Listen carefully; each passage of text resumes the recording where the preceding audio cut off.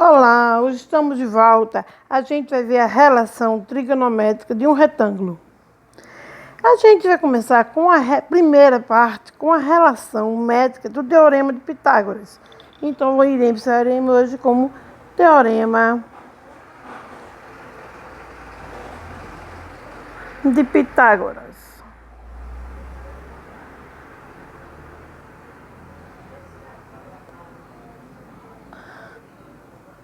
Teorema de Pitágoras. O Teorema de Pitágoras nada é mais do que um teorema que um grego de nome Pitágoras teve em 1572 a.C., onde ele fundou a escola Pitágoras. E é um certo filósofo que ele era da ciência, da matemática, então ele era muito bom no que fazia.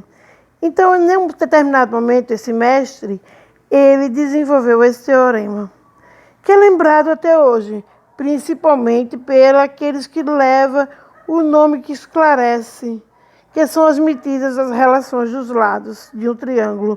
Quando a gente fala os lados de um triângulo, a gente está falando exatamente isso aqui, ó.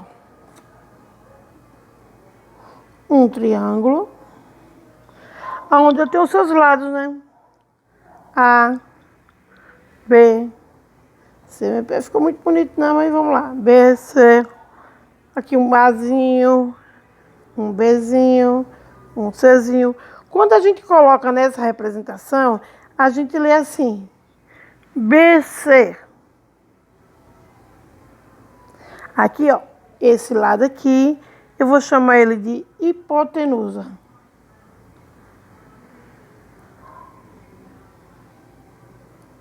Hipotenusa. Quando você analisar ele direitinho, a gente vai ter o outro lado, AB. Veja que esse lado é menor do que esse. AB. Então, eu vou chamar ele de catete.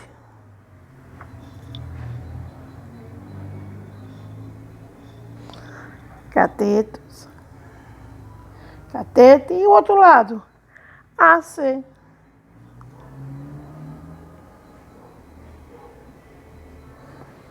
Certo? São os três lados que eu vou chamá-los. Então, um vai ser adjacente e o outro vai ser o oposto.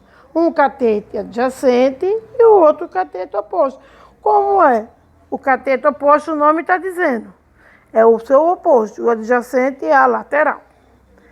Então, por enquanto, a gente vai vendo ele como catete. E quando a gente passar para as outras teorias, a gente nomeia os nomes dele. Então, vamos lá. Eu vou ter nesse aí um ângulo determinando os catetos, que seriam os ângulos do cateto. Para a gente determinar, neste caso, AB e AC, onde são catetos e BC a hipotenusa, aplicamos o teorema de Pitágoras. Qual é o teorema de Pitágoras? Área ao quadrado. Aí temos esse lado de cá.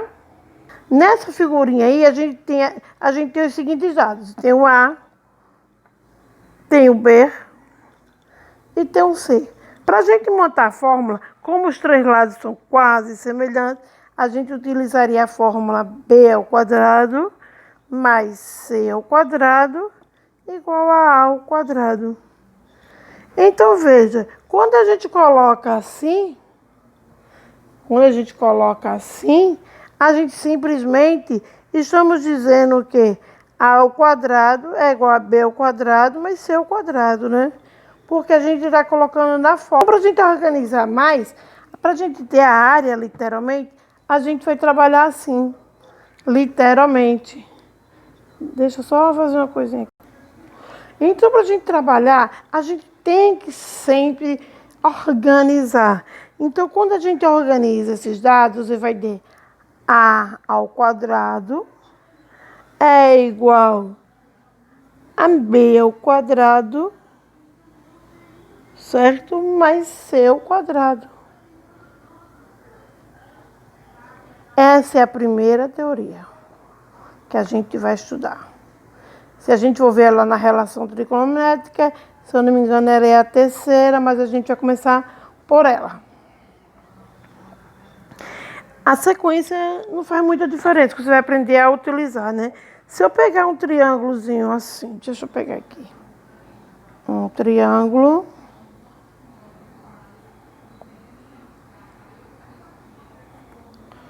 Nesse triângulo eu vou colocar C, A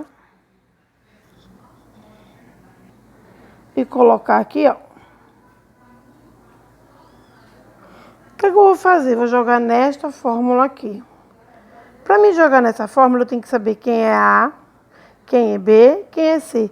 Quem é A? Não sei. Então, eu permaneço ele lá. Quem é B?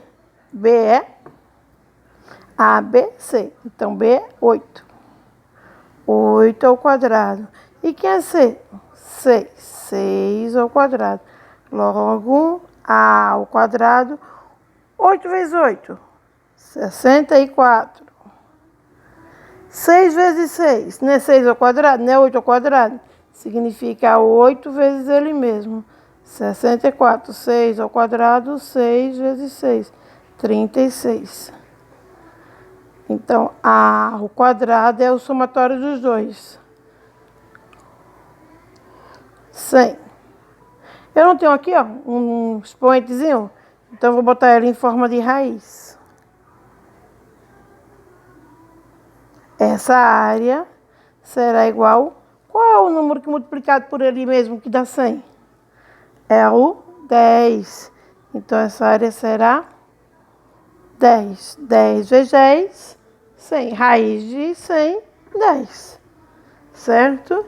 Então, o teorema de Pitágoras, literalmente, é esse. Vamos fazer só mais um para a gente definir aqui.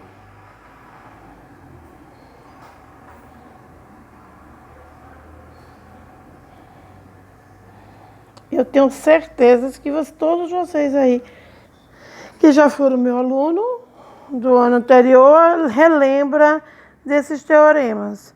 Eu vou pegar mais um aqui, onde eu vou colocar aqui, ó, do mesmo jeitinho. E a gente sabe que em cima, A, B e C.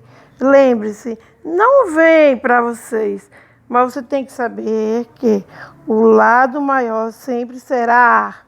O seu oposto é B e o outro lado é C. Então, o A sempre é a hipotenusa. Aqui eu vou ter catete oposto e adjacente. Então, vamos lá. Eu vou colocar aqui o exemplo que eu dei para vocês. Eu deixei na plataforma de vocês para vocês estudarem antes. Vou explicar essa daqui. Vamos lá. Então, o A continua sem saber quem é, né? Não tem nada aqui. Então, eu represento o Azinho. Aí, o B eu boto 7 ao quadrado. Mais C, 4 ao quadrado. Do mesmo jeitinho. 7 vezes 7. 49. 4 vezes 4, 16. Então, A ao quadrado é o somatório dos dois, né? Pai vai 50, 65. E logo temos, tirar expoente, bota forma de raiz.